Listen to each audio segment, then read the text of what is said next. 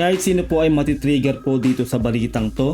Napaka-trending po nitong balitang to. Lalong-lalo na po dito po sa amin, no, sa Subic, sa Olonga po. Dahil po dito sa balitang to. Ang title po nito, Bangka binangga ng barkong galing China umano. Mangingisdang Pinoy nawawala, mula po ito sa 24 oras GMA Integrated News. Kung hindi ka pa po nakasubscribe sa akin channel, please subscribe para po ma-update ka kapag po naglalabas po tayo ng gantong reaction video.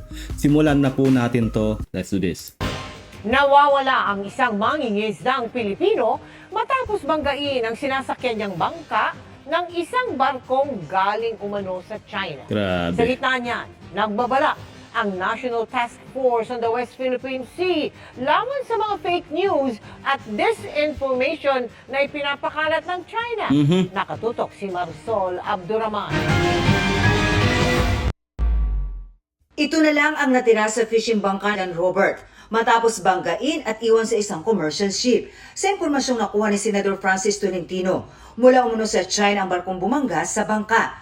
Ang isang dambuhalang barko ng China, Grabe. ang pangalan ay Yang Fu, ay binangga yung isang maliit na bangka ng ating mangingisda sa may area ng West Philippine Sea. Lumubog yung bangka at nawawala ang isang mangingisda. Ang masaklap, Hindi niya sinakluluhan din yung ating mangingisda. Tumakas na siya dire-diretso. So identified naman siya. Grabe talaga tong China, no? Kay commercial man to o sa gobyerno nila, sa CCG, whatever, bakit ganun, no? Wala silang puso, no? Binangga po ang bangka. Isipin nyo, no, na pagkalaki-laking barko ng China, ibinangga itong bangka po natin ng ating mangingisda. At nawawala nga po ang isa pong ating mangingisdang Pinoy. Grabe talaga tong China. Dapat po talaga ito ay magawan na po talaga to ng ng hakbang ng ating gobyerno, kasi hindi na po makatao talaga ang ginagawa po ng China sa atin. Sobra na po talaga, nakakagigil, sobrang grabe. Dito lang po sa amin yan, no, sa Subic. Talaga pong kawawa po ang ating mga mangingisda dahil po dito sa ginagawang katarantaduhan na to ng China sa atin. Real talk lang po yan. Hindi na po talaga makatao dahil po nakita nyo naman, no, durog na durog ang bangka. At nawawala po ang isa nating kababayan na mangingisda dyan. Ang isang mangingisda, ang masaklap, hindi niya sinakluluhan din yung ating mangingisda. Grabe. Tumakas na siya dire-diretso. So identified naman siya. Malamang-lamang ito ay commercial vessel. Hindi Coast Guard nila, hindi militia. sa impormasyon ng Philippine Coast Guard, nangyari raw ito noong July 3, 2024, mahigit 60 nautical miles mula sa Sampaloc Point sa Subic, Zambales. Grabe, na durog po ang bangka. Isipin nyo yan, no? Kasi kung normal na bangka lang din ang babangga dyan, hindi po ganyang kadurog yan. No? Ibig sabihin po talaga malaking barko o barko talaga ang bumangga sa kanila. Anong purpose, bakit binangga? At hindi nga nila kumbaga tinakasan, kumbaga sa kalye, no, hit and run po ang ginawa po ng lecheng mga Chinese na yan. Nakakagigil po talaga, no. Talaga pong hindi ko alam kung saan po sila humuhugot ng ng katarantaduhan po nila diyan sa West Philippine Sea. Isipin niyo po, bangka binangga tapos iniwan, no. Kumbaga left for dead po talaga, no? Kumbaga malulunod po talaga, at iyon na nga po nawawala ang isa nating kababayan dyan. Sakay daw ng bangka ang magkapatid na Robert at Jose Mondoñedo. Grabe. Nawawala si Jose habang nakaligtas si Robert na 3 araw kumapit sa kanyang payaw o yung palutang na pang-akit ng isda bago siya na-rescue ng isa pang bangka. Grabe, no? Isipin nyo, no? Kung di nakakapit yung isa sa payaw niya, no? Talagang pati siya ay malulunod o talagang hindi siya makakaalis dyan sa sa gitna ng dagat, sipin nyo. Kasi ngayon bangka nila durog talaga kasi binangga, lumubog. No, at yung kanyang kapatid ay talagang hindi na mahanap. No, hanggang ngayon po ay hinahanap po 'yon. Kawawa po talaga, at alam ko hindi lang po ito yung isang ng kaganapan dito po, no. Marami pa po, no, na meron pa pong ginagawa ng ibang mga Chinese talaga na talaga pong nangaharas talaga ng ating mga mangingisda. Kinukuha yung magagandang huling isda nila at pinapalitan ng mga noodles na malapit na ma-expired. Mga demonyo talaga tong mga, ay nako, tong mga Chinese na to talaga, no. Sobra. Nakakagigil po, no, lalo na po sa part po natin bilang Pilipino, no. Sana po sa gobyerno po natin magkaroon na po talaga tayo ng ng matinding pressback po talaga dito sa ginagawa sa atin. Sobra na po talaga tong China.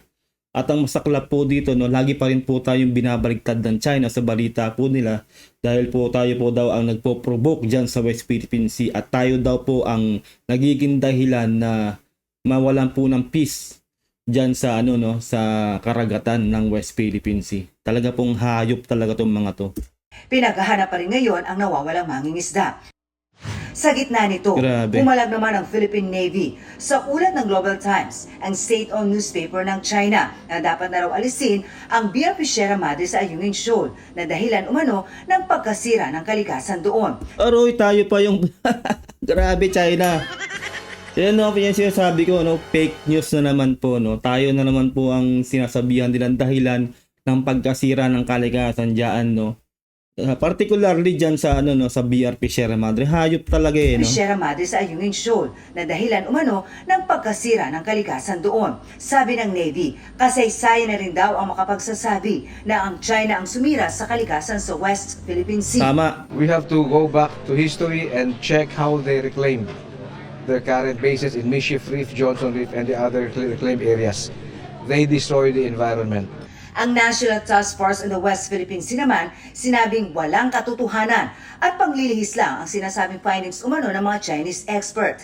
Tama yun. Dahil kasi po lahat po talaga ng sinasabi ng China ay taliwas po sa kanilang ginagawa. Malaking bagay po yung nagkasundo, di ba? Nakipagkasundo po tayo sa kanila sa China na para matigil na po ang karahasan dyan sa West Philippine Sea. Pero pagkatapos po nun, nangaharas pa rin po sila dyan sa West Philippine Sea. Ibig sabihin lang po nun talaga, sila po ang hindi talaga nagsasabi ng totoo at silang hindi sumusunod sa napagkasunduan. Wala silang nare-respetong lahat. Kung clause arbitral award, lahat ng batas dyan ay hindi po nila sinusunod. Kaya sila po talaga ang fake news at hindi po tayo. Sila po ang sumisira ng kalikasan dyan sa West Philippine Sea at walang katotohanan na dahil po sa ating BRP Sierra Madre ay nasira po ang kalikasan. Sila po ang dahilan nun kasi po sila po yung nagtayo ng mga artificial island dyan. Real talk lang po yan. Kaya talagang binabaliktad lang po tayo ng China, which is wala naman po talaga nang naniniwala sa China.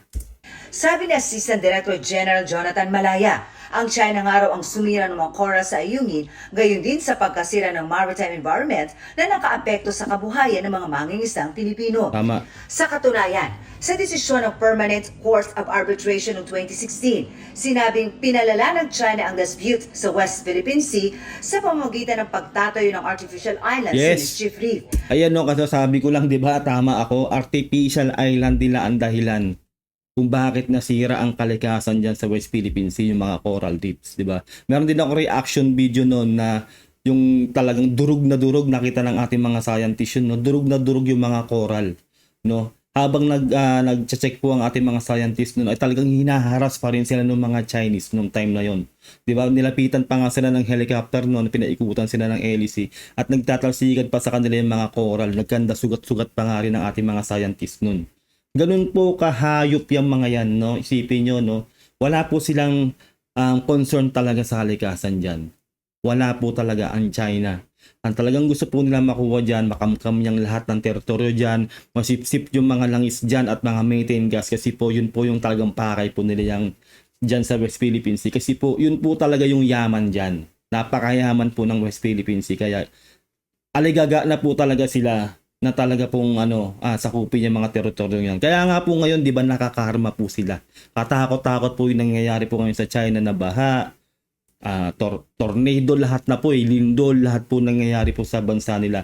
Kasi po ang kanilang gobyerno po talaga ay talaga pong hindi po talaga gumagawa ng ng maganda. Kumbaga po, karma po talaga nangyayari po sa kanila. Nagbabala ang NTFWPS sa publiko at sa international community sa mga fake news at disinformation na ipinapakalat ng China. Sa ulat ng Asia Maritime Transparency Initiative of the Center for Strategic and International Studies, o MTCSIS, di bababa sa 4,500 na hektarya ng mga coral reef ang nasira dahil sa pagtatayo ng mga artificial islands ng China. Sa Maritime Research Survey ng UP Institute of Biology noong Marso, lumalabas na nasisira na raw ang mga case sa teritoryo ng Pagasa Island. Yan yung sinasabi ko sa inyo, yung ginawa nating reaction video noon. Matagal na po yan nagawa natin reaction video yan. Habang nagche-check po ang ating mga scientists, no, nilapitan sila ng helicopter ng China. Siyempre po yung ikot ng hangin po sa LAC, no, sobrang lakas, no. Nasugatan po ang ating mga scientists dyan. Ayan po, kitang-kita, durog na durog po, no, ang mga corals dyan. Isipin nyo, hindi po Pilipinas, hindi po ang BRP Sierra Madre ang dahilan kung bakit nasira ang kalikasan. Sila po ang pagtatayo po nila ng artificial island dyan, kaya nasira yan. Isipin nyo yan, walang concern talaga ang China sa kalikasan. Ganid sila talaga. Kunti na lang daw ang mga isda at corals doon. Grabe. China ang tinuro ng Philippine Coast Guard na may kagagawa nito. Giit naman ng Philippine Navy, mananatili ang presensya ng gobyerno sa Ayungin. Tama. We will not give up that ship. It is an indication of the government stand. Yes. It is the mandate of the AFP to ensure the integrity of the national territory. Laban lang tayo, Pilipinas, no? Huwag tayong paapi dyan sa buwisit na China na yan. No, kahit tayo po ay napakaliit na bansa, kahit po tayo napakahina na bansa, ipakita po natin sa China na yan na tayo po ay papalag. Yun lang po yun, no? Nakakagigil po, no? Kahit po yung ating mangingisda na maliliit na mamamayan po natin ay talaga pong halos wala na nga po yung isang kababayan natin hanggang ngayon po ay hinahanap. Sipin nyo yun, bangka binangga ng barko nila at left for dead. Kumbaga talagang iniwanan. Kumbaga sa hit and run po talaga. Sobrang nakakagigil po talaga tong China. Para sa GMA Integrated News. Ayun lang po, no, atin pong nagawa ng reaction video to. At ilagay nyo na lang po sa comment section kung ano po sa loobin nyo sa balitang to, no. Sobrang init po ng balitang to at sobrang init din po ng ulo ko ngayon. Dahil po talaga sobrang na po itong China talaga sa ginagawa nila sa atin, no, dyan sa West Philippine Sea. At syempre sa ating lalo na, no, sa ating mga mangingisda po dyan, no, halos nagbuwis po sila ng buhay dyan. Tapos isipin nyo, binangga ng ganun-ganun lang. Tapos pinararatangan pa tayo ng China na tayo ang dahilan kung bakit nasisira ang kalikasan dyan.